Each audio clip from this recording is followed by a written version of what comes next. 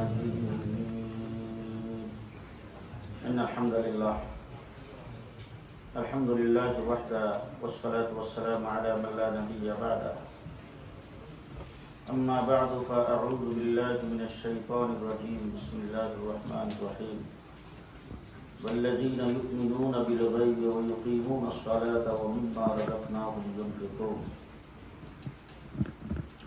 صدق الله العظيم وقال رسول الله صلى الله عليه وسلم أنا خاتم النبيين لا نبي بعدي أو كما قال عليه الصلاة والسلام বুজুর্গান মুহতারাম হযরত উলামায়ে কেরাম সমবেত দূরদরাজ থেকে আগত মুহাম্মদুর রাসূলুল্লাহ সাল্লাল্লাহু আলাইহি ওয়াসাল্লাম আশিকিন প্রেমিক ভাইয়েরা, দীর্ঘ সময় দেশের শীর্ষস্থানীয় উলামায়ে কেরামের জবান থেকে আপনারা অত্যন্ত মূল্যবান আলোচনা খতমে নবুয়ত এবং রাসূল সাল্লাল্লাহু আলাইহি ওয়াসাল্লামের জিন্দেগির বিভিন্ন দিক নির্দেশনামূলক কথাবার্তা শ্রবণ করেছেন। বিশেষ করে আমি এখানে বসার পরে হযরত মাওলানা মুফতি সাইফুল ইসলাম সাহেব এবং আমার আগে যিনি বয়ান করেছেন, যদিও ইংলিশ পুরোপুরি বুঝি নাই, কিন্তু এইটুকু বুঝতে পারছি যে আমি যেগুলি কইতাম সবগুলি কইতাম। তারপরেও যেহেতু কর্তৃপক্ষ আমাকে দাওয়াত করেছে, আর আমি মূলত এই বছর খুব শর্ট টাইমের জন্য আপনাদের এখানে আগমন করেছি। শুধু বিশেষ করে যদি আমি কথা বলি যে শুধু এই প্রোগ্রামটার জন্য, এটাও আমার জন্য মিথ্যা হবে না, কারণ আপনাদের এই তাওয়াক্কুলিয়া মসজিদে ব্রাডফোর্ড খতমে নবুয়ত আজকে 28 বছর যাবত অনুষ্ঠিত হচ্ছে এবং এই স্টেজে আপনারা যাদেরকে দেখেছেন, হযরত শেখ হবিগঞ্জি রহমতুল্লাহি আলাইহি, বিশেষ করে আমার বন্ধুবর হযরত মাওলানা নুরুল ইসলাম সাহেব রহমতুল্লাহি আলাইহি, এবং এইখানে সিলেটের প্রিন্সিপাল হাবিবুর রহমান সাহেব, সেই ইমাম বাড়ি, তারপরে বাংলাদেশের শীর্ষস্থানীয় উলামায়ে কেরাম এখানে যারা আগমন করতেন, যারা বয়ান করতেন, আজকে তাদের প্রায় সকলেই কবরে চলে গেছে। আমি বর্তমানে খতমে নবুয়তের নির্বাহী সভাপতি। আমার ফোরামে আলোচনা হয়েছে আপনাদের এই সম্মেলন সম্পর্কে, এবং সেখান থেকে আমাকে বলা হয়েছে যেহেতু আপনার ভিসা আছে, আপনি যাইতে পারেন, আপনি যান।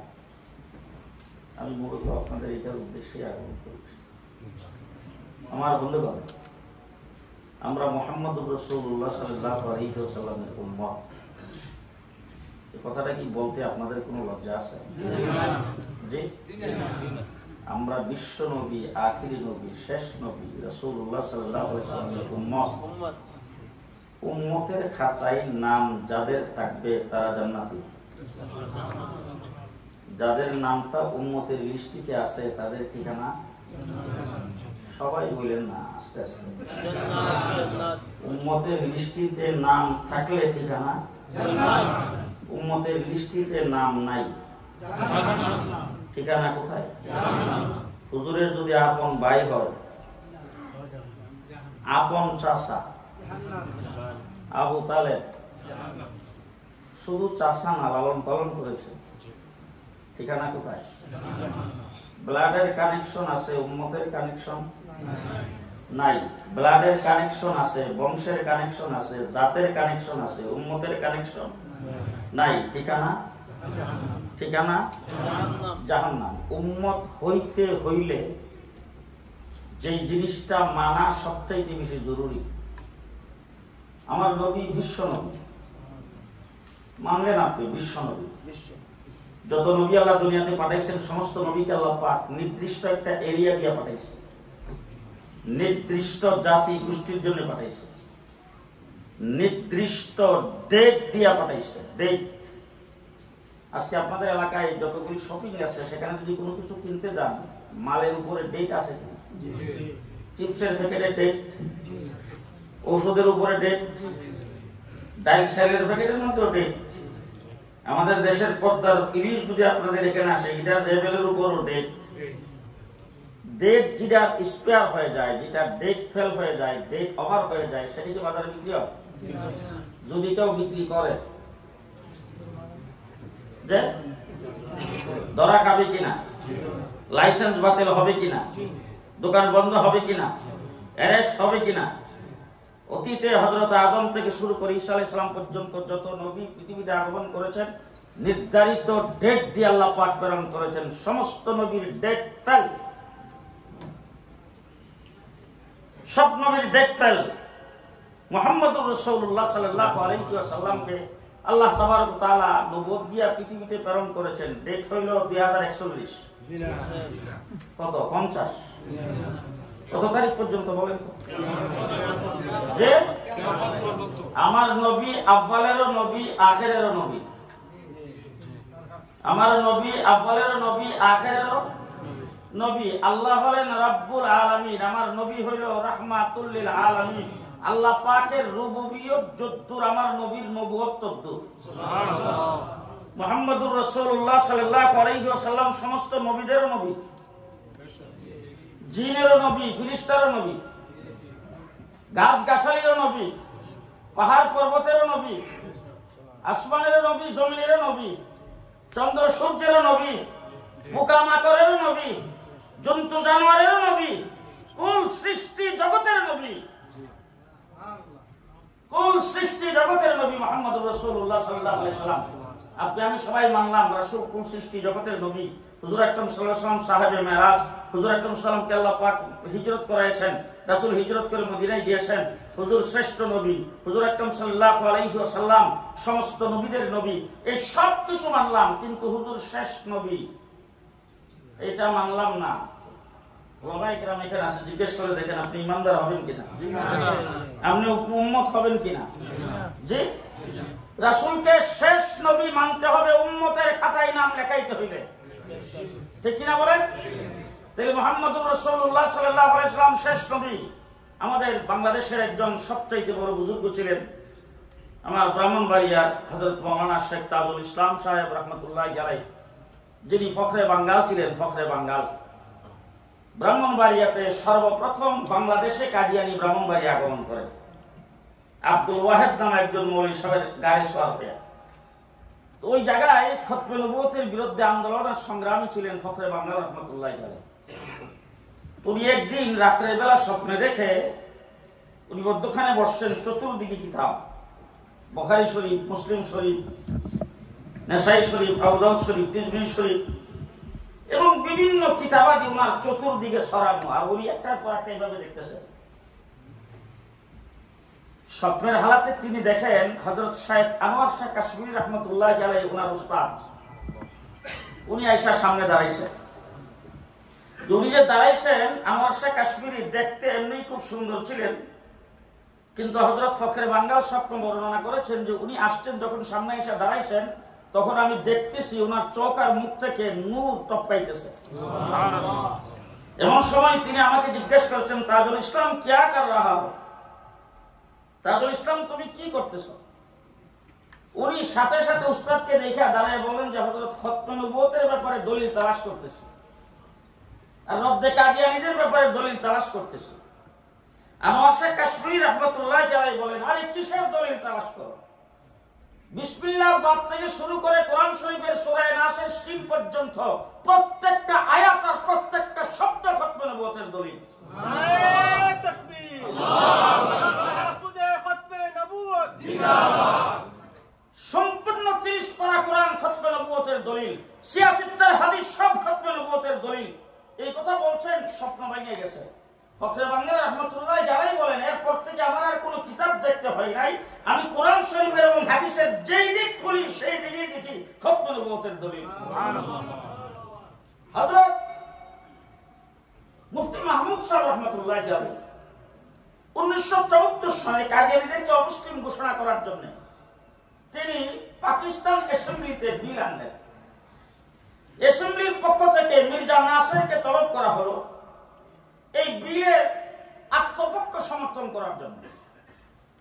বিলের ব্যাপারে তাদের বক্তব্যটা। তো মির্জা নাসির লম্বা চড়াই ঘটনা যখন আইসা সে অ্যাসেম্বলির ভিতরে ঢুকতেছে, মুফতি মাহমুদ সাহেবকে অন্যান্য সদস্যরা খালি খুঁচাইতেছে, হাই হাই এত বড় লম্বা পাঞ্জাবি, এত বড় দাড়ি, চেহারার মধ্যে নূর টপকাইতেছে, এত সুন্দর চেহারা, এত সুন্দর পাগড়ি, এই লোকটা কিনা আপনি কাফের বলবেন? উনি বলে যে এখানে বলবো না, অ্যাসেম্বলির ভিতরে বলবো। অ্যাসেম্বলির ভিতরে গেছেন, যাওয়ার পরে মুফতি সাহেবকে স্পিকার বলছেন আপনার বিল উপস্থাপন করেন। মুফতি সাহেব দাঁড়িয়ে পড়ছেন, মা কানা মুহাম্মাদুন আবা আহাদিন মিন রিজালিকুম, এই আয়াত তেলাওয়াত করেছেন। তেলাওয়াত করে বিল যখন উপস্থাপন করেছেন তখন স্পিকার বলছেন মির্জা নাসিরকে আপনি এবার এই বিলের উপর আপনার বক্তব্য। মির্জা নাসিরকে এই আয়াতটি পাঠ করছেন, পাঠ করে তারপরে বলছেন আমরা শ্রেষ্ঠ নবী মানি, আমরা রাসূল সাল্লাল্লাহু আলাইহি সাল্লামকে কুল কায়নাতের নবী মানি, আমরা রাসূল সাল্লাল্লাহু আলাইহি সাল্লামের সমস্ত মুজিজা সবকিছু স্বীকার করি। কিন্তু খাতামুন নবিয়্যিনের অর্থ, এখানে খাতাম শব্দের অর্থ হইল মোহর। উনি ডিকশনারি খুলতে শুরু করেছেন, মিসবাহুল লুগাত, আল মুনজাহিদ, বিভিন্ন ডিকশনারি, সমস্ত ডিকশনারির মধ্যে লেখছে মোহর। কোথাও শেষ, কোথাও খতম, এই কথা লেখা নাই। মুফতি মাহমুদ সাহেব সাথে সাথে দাঁড়িয়ে বলেন, এই বেটা বলতো দেখি কোরআন শরীফ তোর বাবার কাছে নাজিল হয়েছে না আমার বাবার কাছে নাজিল হয়েছে? যখন এই কথা বলছেন তখন সে বলতেছে না, কোরআন শরীফ তো রাসূলুল্লাহ সাল্লাল্লাহু আলাইহি ওয়াসাল্লামের উপর নাজিল হয়েছে, আমার বাবার উপর নাজিল হয় নাই, আপনার বাবার উপর নাজিল হয় নাই। মুফতি সাহেব তখন ডাক দিয়ে বলছেন, থাম বেটা, তোর সমস্ত ডিকশনারি 10 মিনিটের মধ্যে নিক্ষেপ কর। আমি কোন ডিকশনারির অর্থ, কোন ডিকশনারির শব্দ আমি মানি না। আমি মানি যিনি সাহেবে কোরআন, যার কাছে কোরআন নাজিল হয়েছে, তিনি এই আয়াতের তাফসীর কি করেছেন। তিনি বলছেন আনা খাতামুন নবিয়্যিন লা নবিয়্যা বাদি। এই কথা বলার সাথে সাথে বাস সে মাথা নিচের দিকে দিয়ে দিছে, আর কোনো কথা বলতে পারে নাই। আমার বন্ধুগণ, কোরআন শরীফের প্রথমে আল্লাহ পাক 3টা বিষয় আলোচনা করেছেন। 1 নম্বর বিষয় বলছেন ইমানদার সম্পর্কে, 2 নম্বর বিষয় বলছেন কাফেরদের সম্পর্কে, 3 নম্বর বলছেন মুনাফিকদের সম্পর্কে। ইমানদারদের সম্পর্কে যেই জায়গায় আল্লাহ পাক আলোচনা করেছেন সেই জায়গায় আল্লাহ কি বলেছেন? ওয়াল্লাযীনা ইউমিনুনা বিমা উনজিলা ইলাইকা ওয়া মা উনজিলা মিন ক্বাবলিক ওয়া বিল আখিরাতি হুম ইউকিনুন। আল্লাহ পাক বলেন যেটা আপনার উপর নাযিল হয়েছে, উনজিলা ইলাইকা ওয়া মা উনজিলা মিন ক্বাবলিক, আপনার আগে যে সমস্ত নবী আসছেন তাদের উপর যেটা নাযিল হয়েছে। এরপর কি বলছেন? ওয়াবিল আখিরাতি হুম ইউকিনুন। আল্লাহ তাবারক ওয়া তাআলা রাসূলের উপর যেটা নাযিল হয়েছে, রাসূলের আগে যেটা নাযিল হয়েছে, সেই কথা বলার পরে আখিরাতের আলোচনা করে বুঝাইছেন আমার হাবিব দুনিয়াতে আসার পরে কিয়ামতের পারা মধ্যখানে কোনো নবী নাই। যদি নবী মধ্যখানে আশা থাকতো তাইলে আল্লাহ পাক এই জায়গায় আরেকটা শব্দ বাড়াইতেন, ওমা উনজিলা মিন ক্বাবলিক ওয়া মা উনজিলা মিন বাদিক। আপনাদের ইংল্যান্ডের কোরআন শরীফে এই শব্দটা কোথাও আছে? ওমা উনজিলা মিন বাদিক আছে নাই। তার দ্বারা কি প্রমাণ হলো? আমার নবী শেষ নবী, কিয়ামত পর্যন্ত আর কোনো নবী নাই। কথা বলেন ঠিক না ঠিক? আমার বন্ধুগণ, মির্জা গোলাম আহমদ কাদিয়ানী আজকে যেই ফেতনাটা গোটা পৃথিবীতে, আমাদের দেশেও ফেতনা খুব সরগরম, তারা অনেক কাজ করতেছে, কিন্তু সেই মির্জা গোলাম কাদিয়ানী সম্পর্কে সে নবী হইতে পারে কিনা, আরেকটা কথা আমি আপনাদের জিজ্ঞেস করি, নবী এখন বর্তমানে আসার দরকার কিনা? যে জোহরের নামাজ কয় রাকাত পড়ছেন ফরজ? 4 রাকাত। রাসূলের যুগে ছিল 16 রাকাত। হ্যাঁ, ওযুর ফরজ কয়টা? 4টা। হুজুর আকরাম সাল্লাল্লাহু আলাইহি যুগে ছিল 20টা। যে গোসলের ফরজ কয়টা? 3টা। রাস্তা দিয়ে বের হয়ে গেলে সুন্নত তরিকায় হাঁটার রাস্তা কোনটা? কোন সাইড? ডান সাইড। রাসূলের যুগে ছিল কিনা? জি, খাওয়ার সুন্নত, বসার সুন্নত, উড়ার সুন্নত, মসজিদে প্রবেশ করার সুন্নত, বাথরুমে প্রবেশ করার সুন্নত, আল্লাহর নবী আপনার চাইতে আপনার সুন্নত এখনো জিন্দা আছে, এখনো পড়ানো হয়, এখনো আলোচনা হয়। কেউ যদি কোনো সুন্নতকে অস্বীকার করে, প্রতিবাদ করবেন না তো? প্রতিবাদ করার কোন লোক নাই তো? কথা কয় না, ঠিক আছে? ঠিক। এর দ্বারা বোঝা গেল নবী আসার প্রয়োজন নাই। নবী যদি আসতো তাওয়াক্কুলিয়া মসজিদে খতমে নবুয়তের সম্মেলন হতো না। নবী আসলে মাওলানা নুরুল ইসলামের জন্ম হতো না। নবী আসলে আল্লাহ মাহমুদ শফির জন্ম হতো না। নবী যদি আসতো শেখে কোরিয়ার জন্ম হতো না। নবী যদি আসতো শেখে গহরপুরের জন্ম হতো না। নবী যদি আসতো শেখে ইমামবাড়ির জন্ম হতো না। নবী যদি আসতো তাইলে শেখে বরনবীর জন্ম হতো না। নবী যদি আসতো শেখে হবিগঞ্জের জন্ম হতো না। নবী আসেন এই জন্য আল্লাহ নবী মুহাম্মদুর রাসূলুল্লাহ সাল্লাল্লাহু আলাইহি ওয়াসাল্লাম দুইটা বিষয় বলে গেছেন। অতীতে কোন নবী, যত নবী দুনিয়া থেকে চলে গেছে, কোন নবী তার খলিফা ঠিক করে যান নাই, কোন নবী তার নায়েব ঠিক করে যান নাই। ভালো করে মনে রাখবেন, কারণ নবী চলে গেছেন, পরবর্তী নবী আসবে, পরবর্তী নবী আসবে, কিন্তু একমাত্র আমাদের নবী মুহাম্মদুর রাসূলুল্লাহ সাল্লাল্লাহু আলাইহি ওয়াসাল্লাম খলিফা ঠিক করে গেছেন, নায়েব ঠিক করে গেছেন। ইন্নাল উলামা ওয়ারাসাতুল আম্বিয়া, সমস্ত নবীদের নায়েব এই উম্মতের উলামায়ে কেরাম। আমরা কি শুধু মুহাম্মদুর রাসূলুল্লাহ সাল্লাল্লাহু আলাইহি ওয়াসাল্লামের নায়েব? আদম আলাইহিস সালামের নায়েব, ঈসা আলাইহিস সালামের নায়েব, মুসা আলাইহিস সালামের নায়েব। 1,24,000 নবী পৃথিবীতে আগমন করেছেন, সমস্ত নবীর নায়েব হলো এই উম্মতের উলামায়ে কেরাম। আপনাদের দেশটাতে কোন ধর্ম বেশি মেজরিটি? খ্রিস্টান। খ্রিস্টান ধর্মের নবীকে ঈসা আলাইহিস সালাম, তার মার নাম কি? মারিয়াম। আজকে রাস্তার মধ্যে যদি কোনো জায়গায় মারিয়ামকে যদি কেউ গালি দেয়, আপনাদের সভাপতি সবার সামনে, উনি তখন কি করবেন? চুপ করে বসে থাকবেন যে পারলে কালা রইলে বোঝা গাতে কথা বলেন, ঠিক না? ঠিক। তো ঈসা আলাইহিস সালাম কি আমাদের নবী? মরিয়ম কি আমাদের নবীর মা? যে আজকে যদি মুসা আলাইহিস সালামের কোন একটা মর্যাদাকে অস্বীকার করে, আমরা প্রতিবাদ করবো কিনা বলেন? সমস্ত নবীদের নায়েব, ঠিক কিনা বলেন? সমস্ত নবীদের নায়েব এই উম্মতের উলামায়ে কেরাম। তাহলে নবী আল্লাহ তাবারক ওয়া তাআলা প্রেরণ করেছেন। এখন মির্জা গোলাম কাদিয়ানী তিনিও নবী দাবি করছে। আচ্ছা, মির্জা গোলাম কাদিয়ানী কোন লোকজন যদি আপনাদের এলাকায় থাকে, কাউকে যদি পান, প্রশ্ন করবেন চারটা। 1 নম্বর, তোর নবীর নাম কি কর? 2 নম্বর, তোর নবীর ওহী কি? 3 নম্বর, তোর নবীর কালিমা কি? 4 নম্বর, তোর নবীর দাফন প্রসব কর। 1 নম্বর, তোর নবীর নাম কি? কারণ আল্লাহ পাক যত নবী পৃথিবীতে প্রেরণ করেছেন, সমস্ত নবীর নাম মুফরাদ, মুরাক্কাব, কোন নবীর নাম নাই। সমস্ত নবীর নাম হলো এক শব্দে, সংযুক্ত শব্দে। কোন নবীর নাম, কোন নবীর নাম নাই। আদম কয় শব্দ? শীষ, শুআইব, ইদ্রিস, জাকারিয়া, ইয়াহইয়া, ইসহাক, ইয়াকুব, ইউসুফ, মুসা, হারুন, ঈসা, মুহাম্মদ। কয় শব্দ? কয় শব্দ? আর এর নাম হলো মির্জা গোলাম আহমদ। একদিন নবী হইছে তো যে। 2 নম্বর, তোর নবীর ওহী কি? উলামায়ে কেরাম এখানে আসুনাদেরকে সাক্ষী রেখে বলছি, যত নবী আল্লাহ দুনিয়াতে প্রেরণ করেছেন, সমস্ত নবী যেখানে জন্মগ্রহণ করেছেন তার মাতৃভাষায় আল্লাহ পাক ওহী নাযিল করেছেন। আমি জিজ্ঞেস করতে চাই, আমাদের নবী জন্ম হয়েছে কোথায়? আরব দেশে, আরবি ভাষা। যে ভাষা আরবি, কোরআন নাযিল হয়েছে কোন ভাষায়?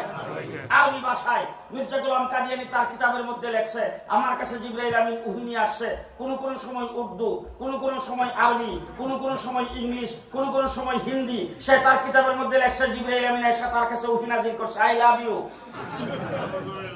I shall help you. নাউজুবিল্লাহ, নাউজুবিল্লাহ। 3 নম্বরে জিজ্ঞেস করবেন, তোর নবীর কালিমা কি? যত নবী আল্লাহ দুনিয়াতে প্রেরণ করেছেন সমস্ত নবীকে আল্লাহ পাক কালিমার মধ্যে তার পরিচয় দিয়েছেন। লা ইলাহা ইল্লাল্লাহ আদম সফিউল্লাহ, লা ইলাহা ইল্লাল্লাহ নূহ নাজিহুল্লাহ, লা ইলাহা ইল্লাল্লাহ ইব্রাহিম খলিলুল্লাহ, লা ইলাহা ইল্লাল্লাহ মূসা কালিমুল্লাহ, লা ইলাহা ইল্লাল্লাহ ঈসা রূহুল্লাহ, লা ইলাহা ইল্লাল্লাহ মুহাম্মাদুর রাসূলুল্লাহ। যাদেরকে জিজ্ঞেস করবেন তোর নবীর কালিমা কি, তারা তাদের কালিমা, তাদের নবীর কোন কালিমা বলতে পারবে না। তারা বলবে লা ইলাহা ইল্লাল্লাহ মুহাম্মাদুর রাসূলুল্লাহ। কথাটা বলার সাথে সাথে শক্তি থাকলে দা থেকে কয়েকটা ফালাইবেন, এরপরে বলবেন এই কালিমা সুরের দল। বাংলাদেশে লুটপাট কইরা দেশ থেকে অর্থ পাচার কইরা বিদেশে বাড়ি ঘর করছে, টাকা পয়সা লুট কইরা, তোরা দি কালিমা সুর, তোরা কি সুর? কালিমা সুর। 4 নম্বরে জিগাইবেন তোর নবীর দাফন করছস কই? উলামায়ে কেরাম এখানে আসে ওনাদেরকে জিজ্ঞেস করেন, নবীর জন্য আইন হইল নবী যেখানে মারা যাবে সেখানেই দাফন হবে।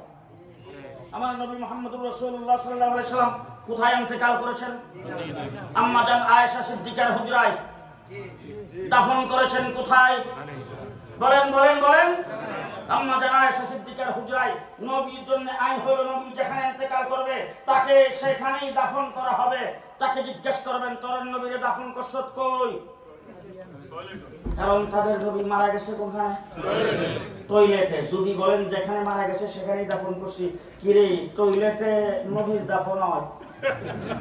কারণ একটা কথা খুব ভালো করে জানিয়ে রাখেন, যত নবী আল্লাহ দুনিয়াতে পাঠাইছে, আমরা যে সাধারণ মানুষ, তামাম পৃথিবীর মানুষকে আল্লাহ পাক তৈরি করেছেন দুনিয়ার মাটি দিয়া, নবীদেরকে আল্লাহ পাক তৈরি করেছেন জান্নাতের মাটি দিয়া। নবী তৈরি হয়েছে কোন মাটির দ্বারা? জান্নাতের মাটির দ্বারা। জান্নাতের সাধারণ জান্নাতের মাটির দ্বারা আদম থেকে ঈসা পর্যন্ত সমস্ত নবীকে আল্লাহ পাক বানাইছেন, আর জান্নাতুল ফেরদাউসের মাটির দ্বারা আমাদের নবীকে আল্লাহ পাক বানাইছেন। সাধারণ জান্নাত আর জান্নাতুল ফেরদাউসের মধ্যে যেই পরিমাণ পার্থক্য, অন্যান্য নবী আর আমাদের নবীর মধ্যে সেই পরিমাণ পার্থক্য। রাসূল সাল্লাল্লাহু আলাইহি ওয়াসাল্লাম যেখানে দাফন হয়েছেন সেই জায়গাটার নাম রওজাতুম মিন রিয়াজিল জান্নাহ। আর তোদের নবী মারা গেছে টাট্টিতে, টয়লেটে।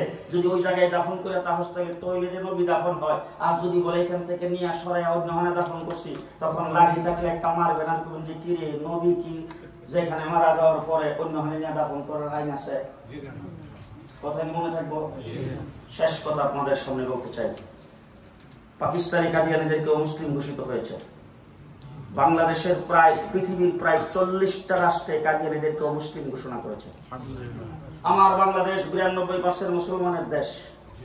শুধু একটা কথা আমি আপনাদেরকে বলবো, অন্তর্বর্তীকালীন সরকারের প্রধান ডক্টর ইউনূস সাহেব যেদিন এসে বিমানবন্দরে নামলেন, নামার পরে যখন ওনাকে সাংবাদিকরা সাক্ষাৎকার দিতে গেছেন, ওই সাক্ষাৎকারে তিনি আহ্বান জানিয়েছেন সারা বাংলাদেশের মানুষকে সংখ্যালঘুদের জান মাল হেফাজত করার জন্য। তিনি সংখ্যালঘু বলতে যায় হিন্দু, বৌদ্ধ, খ্রিস্টান, সাথে সাথে তিনি আহমদিয়াদের নামটা উচ্চারণ করেছেন। আমি আজকে আপনাদের সামনে থেকে বাংলাদেশে ওই কথা বলেছি, আপনাদের সামনে নিয়ে আপনাদের সকলের পক্ষ থেকে ডক্টর ইউনূস সাহেবের কাছে এই দাবি জানাইতে চাই, আপনি যে ওনাদেরকে হিন্দু, বৌদ্ধ, খ্রিস্টানদের সঙ্গে ওই জাতি হিসাবে, সংখ্যালঘু হিসাবে উল্লেখ করেছেন, আমরা এইটাই চাচ্ছি। সবাই আমরা এটাই চাচ্ছি, ঠিক হবে? ঠিক। আমার বাংলাদেশে হিন্দু আছে কিনা? খ্রিস্টান আছে কিনা? কোন সময় মন্ত্রী হয় নাই, এমপি, প্রধান বিচারপতি সিনহা হয়েছে কিনা? আমরা তার বিরুদ্ধে কোন মিছিল করছি? আমরা তার বিরুদ্ধে কোন আক্রমণ করছি? আমরা তার বিরুদ্ধে কোন সমাবেশ করছি? সুতরাং হিন্দু, বৌদ্ধ, খ্রিস্টান আমার বাংলাদেশে যেইভাবে নাগরিক সুবিধা ভোগ করে আছে, কাদিয়ানীরাও মুসলমান নাম না দিয়া ভিন্ন আরেকটা ধর্মাবলম্বী হিসাবে বাংলাদেশে নাগরিক সুবিধা ভোগ করে থাকবে, আমাদের কোনো আপত্তি নাই। তবে তাদের উপাসনালয়ের সামনে এই জায়গায় লেখা আছে লা ইলাহা ইল্লাল্লাহ মুহাম্মাদুর রাসূলুল্লাহ। শেষ কথা বলবো, তাদের উপাসনালয়ের সামনে যেমন হিন্দু, বৌদ্ধ, খ্রিস্টান কোন মানুষের গির্জা, চার্চ, মন্দিরের সামনে যদি আমাদের কালিমা থাকে, আমরা যেমন বরদাস্ত করব না, কাদিয়ানীদের উপাসনালয়ের সামনে আমাদের কালিমা আমরা বরদাস্ত করব না। কি বলেন, ঠিক কিনা? তাহলে কালিমার সাইনবোর্ড তাদের উপাসনালয়ের থেকে নামাইতে হবে কিনা? মসজিদ এরা কার ইবাদতখানা?